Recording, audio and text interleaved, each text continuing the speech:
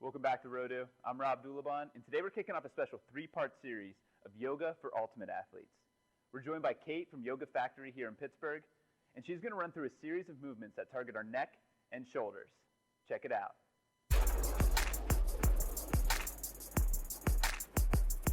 Everybody, my name is Kate. I'm a certified yoga instructor, and we're going to be using a sequence for neck and shoulders, really the whole spine, for injuries, for helping your game.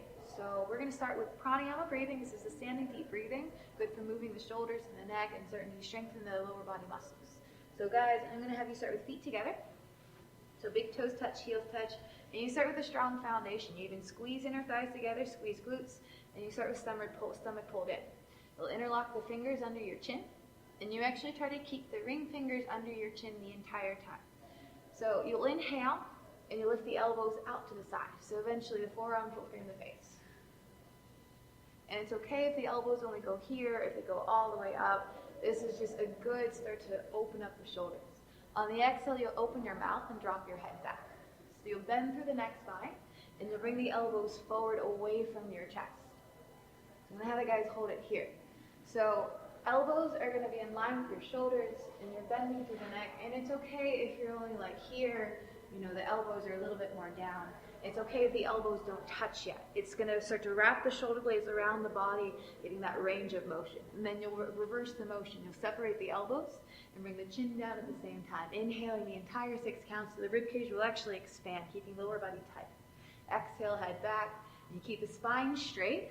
So as you see on him, spine is straight, but you're only bending through neck spine, bringing the elbows together. And you'll do it again. Inhale. In by the nose, use your eyes, look forward, and you stretch up, lift up, elbows up. Exhale, and you'll look back. The eyes will really start to move the spine faster than anything else. As you look back, only bend through the neck spine, elbows forward. Inhale, take it again. We're going to do I would recommend probably 2 sets of 10 more if you want. It's good range of motion for the neck and shoulders. Keep going, guys. Just head back, elbows forward, and you keep stomach pulled in, lower body squeezing the entire time. Weight back to the heels. Okay? Relax. Next, we're going to move on to half moon pose, which is really total spine, but it's really good for the neck and shoulders as well. So we start with the same lower body. It's squeezing lower body, heels down, squeeze inner thigh, stomach in. You stretch the arms away from yourself, so fingertips down, and bring the arms over your head sideways. And bring your hands together, interlace the fingers, release index fingers, and cross your thumbs. It's one of the strongest stitches you have. With this grip, I want you to focus on squeezing hands, palms together, so the heels of your palms. And it's okay if you have to bend your elbows to bring the hands together, because with the continuous squeezing, you're going to eventually be able to straighten the arms all the way up. So pull stomach in, chin up, take an inhale, stretch up, and you slowly bend to the right. I recommend holding this posture probably about 30 seconds to a minute. As you bend to the side, don't collapse forward. So tendency is kind of sink into it to get deeper into it because it looks cooler. Don't do it. You keep chin up, stomach in, lower body squeezing. So from the side, it's a straight line. As you push your hips to the left, you stretch the fingers away, keep squeezing the hands, palms together so arms pressed against the ears, and you keep breathing. That's really key in this posture. So come back up. You'll do the same thing on the left side. Stretch up, and you bend to the left. And it's okay if the right and left are different. That's actually really normal. Keep the hips pressing to the right, fingertips stretching left, and you keep squeezing hands, palms as tight as you can, all the way up to the wrist, even more. Suck stomach in, weight back to the heels. Good. So come back up. Next is going to be the actual half moon, which is the back bend. So you'll drop the head back, just like pranayama, head goes back, and you'll straighten the arms actually, and keep the hand palms squeezing like the right and left. You'll take a deep breath, stretch up, and you start to bring the arms back. Yep. You start looking back, but you keep breathing. You keep the weight back into your heels. You relax your toes. At the same time, push the hips forward, squeeze the inner thighs. And take an inhale, lift the chest up, and squeeze hands, palms tighter. Push the hands away from your head, and it's okay if you only go a little bit like this. You'll feel stretching on the front side of your body, compression of your spine. And this is really good if you're starting to realign the whole spine, shoulder area. So come back up. Good. You guys held that. Take a deep breath, stretch up, guys, and you'll bend forward at the hips. You'll stretch forward all the way down, keep a flat back and the weight in your toes. And then from there, if you need to bend your knees to come down, always okay. Could be tight hamstrings there, could be a lot going on in the lower spine, and it's really normal. So this is called hands to feet pose, Padahastasana. You'll bend your knees and grab your heels from behind. And it's okay if you can't grab your heels like this today. You can grab the outsides of your feet, you can grab the outside of the toes, maybe even the fronts of your toes if you're really not down there. But stepping on the fingers is going to be really sending good signals from the tips of the fingers all the way from the arm, through the shoulder, base, the neck, into the brain. You're going to start to send signals there to release it. So, you step on your fingers, and now you move the upper body to the lower body. So stomach touches thighs, chest touches knees, face touches legs, below the knees. Let the head hang heavy. And if you need to bend your knees a lot to get this connection, that's great, because you'll reduce the strain on the lower spine, and you can safely stretch the entire backside of the body. So roll weight forward into the toes, press toes down, at the same time push hips up. Keep upper body touching lower body, and you'll start to push knees back. Eventually you'll contract thighs. This posture creating entire backside body stretching from neck all the way to the hips, hips to the toes.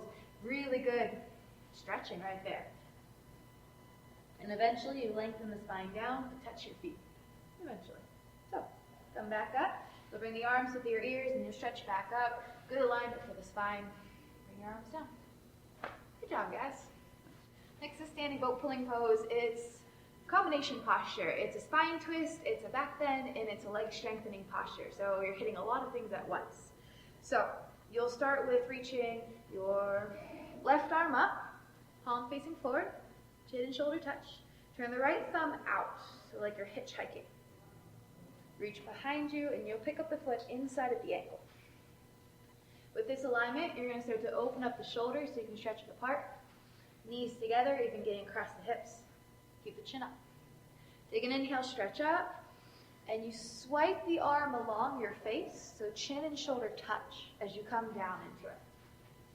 So as you push your left shoulder forward, you'll push right shoulder back. So eventually, two shoulders are one line front to back. Keep pressing big toe down.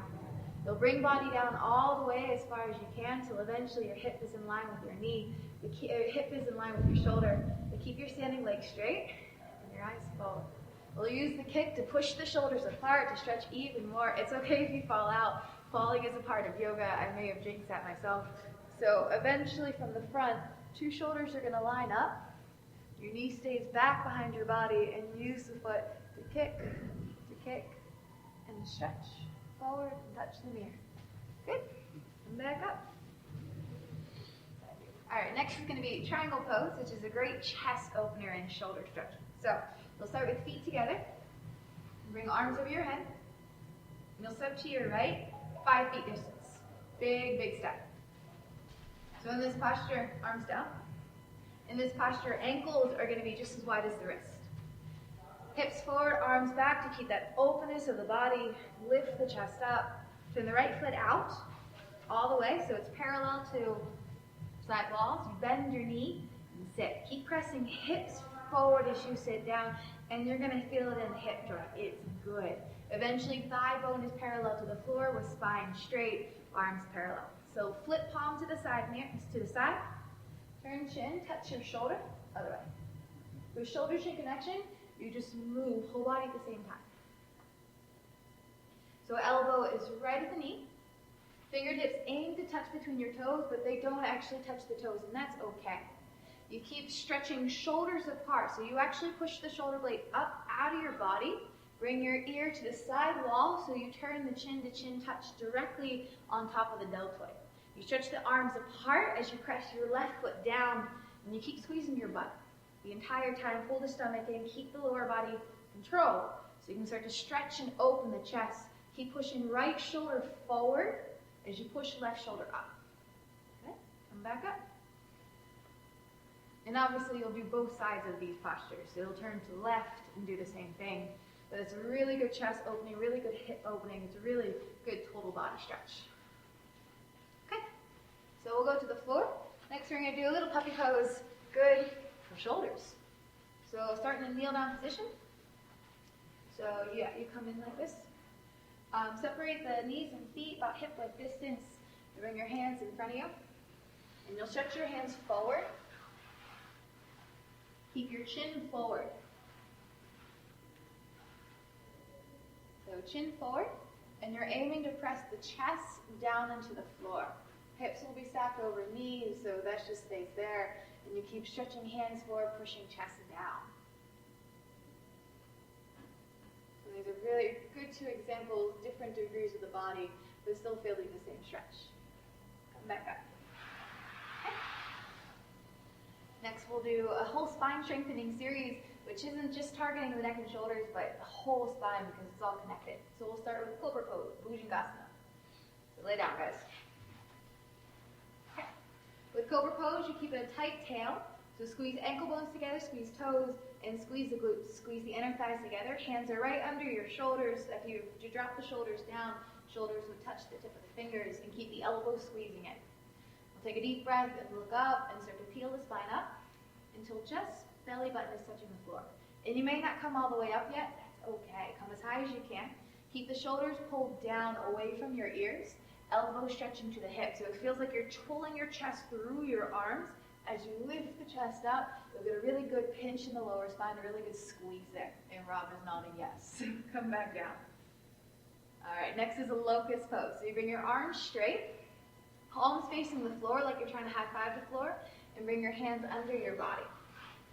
It's okay if your hands cannot come under the body. What you really want to focus on are the arms straight. You'll get a good stretch from the tips of the fingers all the way into the base of your neck. This is good if you work at a desk. So you'll stretch the chin forward, and we'll do one leg at a time to prepare for both legs. So the first one, you relax your left leg, and you'll lift the right leg up. Keep the chin stretching forward, palms pressing down, and keep the right leg straight. Point the toe, contract your thigh, and eventually come all the way up 45-degree angle. Good. Come back down. We'll do the left side the same way with the right leg relaxed, and then we'll do both legs. Good. You'll turn your head down for both legs because most of us aren't ready to stand on our necks. You'll readjust the hands a little bit further down to your knees to get more leverage for the body. And right here, squeeze your legs tight. One tight tail. The tighter they are, the legs are going to feel lighter. So take a deep breath, and you'll lift the legs up. Woo. Keep pushing shoulders down. So in this posture, you'll press the hands down to shift into the upper spine, and you'll keep pressing shoulders down and chest down. That's going to shift the weight to the upper spine to be able to lift the legs up, and eventually you'll come all the way up. But it's okay just to stay there. Keep bringing knees together, point your toes, stretch the toes back as you push the hands down. Good. Come back down. All right. Next is going to be locust pose. You'll bring your arms out to the side. It's like a 90-degree angle. I'll move out of your way. Yep. Not 90-degree. It's like a very wide V with the arms. So you keep the same strong legs, because with the strong legs, you're going to target spine to bend. Arms stretch out and apart to stretch the shoulder blades apart. So you take a deep breath, and you lift the whole body up. This is actually a combination of cobra and locust pose. Keep the knees squeezing together and toes stretching back. Good. Stretch the arms wide and hands come up. You'll look up to the ceiling to give the body a place to go. You keep breathing small sips by the nose as you continuously lift this whole posture. You're going to feel it in the back. Good, guys. Come back down. And then we'll do bow pose, which is a whole spine bending. So you bend your knees and grab your feet from the outside. Now for those of you with bad knees, you may not be able to grab both feet at the same time. So if you can't grab both knees, you're going to do one leg at a time. So you're going to release this leg, that leg, and bring the other arm in front. So as you kick into the posture, you'll press your hand down. So in this posture, it's important to keep shoulders, knees, and feet in straight line. Doesn't matter how high you go. You'll actually squeeze inner thighs a little bit to keep the knees in place. So take a deep breath and kick. Yep, start lifting chest up, Mike. And look up. Yeah. So you'll see in Rob, shoulders, knees, and feet are in, and they go up. And you kick into the hands, kick up to the ceiling. It feels like squeezing your butt to keep lifting chest up. And you bend your spine to create a compression there. Good. Come back down. And if you're doing one leg at a time, then you do the other leg just to keep equal compression of your spine. And if you keep doing it, you're eventually going to be able to grab both feet. And we're going to come up and we're going to do camel posture. So you stand with knees and feet hip width distance. You have a wide base underneath you. Bring the hands to the lower spine. The fingertips fading down and the thumbs in. Eventually you're going to bring the hands higher, as high as you can up the spine, and you'll pull the wrists together. You'll take a deep breath, lift, and let the head drop back. Some people will go further than others. It's okay to be here. Just looking up to the ceiling, you're starting to backward bend, starting to retrain the whole nervous system. Eventually, you'll look further back. And if you can see about halfway down the wall, you're going to bring your hands down one at a time to grab your heels. So grab the heels, the part you walk on. And you keep pressing hips forward. If your hips have to drop back for you to grab your heels, you're putting a lot of strain on your knees, and you don't want to do that. Keep pressing the hips forward to get the stretch through the front side of your body. It's okay not to grab the heel. As you come out of the posture, you're going to bring your hands to your hips first. Okay? And then you're going to stack your spine one vertebra at a time, head up last. Okay? And let's count. And then we'll finish the sequence with a spine twist. Spine twist, really good way to reset the whole body. So you'll sit on the floor and bring your right leg in front of you. Bring your heel to your hip. And bring your left foot over the right knee. And glue your left foot flat to the floor. You'll reach your right arm up. Bring it over your knee. Push your knee back. And either grab your knee, or if you can have something in front of you to grab, like if you're sitting on a mat, that'd be great too. You take an inhale, lift chest, and reach your left arm out behind you. Eventually, you'll grab your inner thigh. You bring chin over shoulder and look behind you. Keep pressing your left hip bone down to the floor. And keep lifting breastbone up, shoulders back. So spine is straight. You have that straight axis to twist along. Use your elbows to actually push. And you rotate ribcage over your hips and create a twist. Okay? Then you'll reverse your legs to do the other side. You need both. And that is the sequence for the neck and shoulders. I hope you enjoyed the yoga series targeting our necks and backs. It's great for prehab, it's great for rehab, so give it a shot. And a special thanks to Kate and Yoga Factory here in Pittsburgh for leading us through the movements. Be sure to subscribe to the channel so you're getting all of our videos, and we'll see you next Wednesday on another episode of the Rodu video series.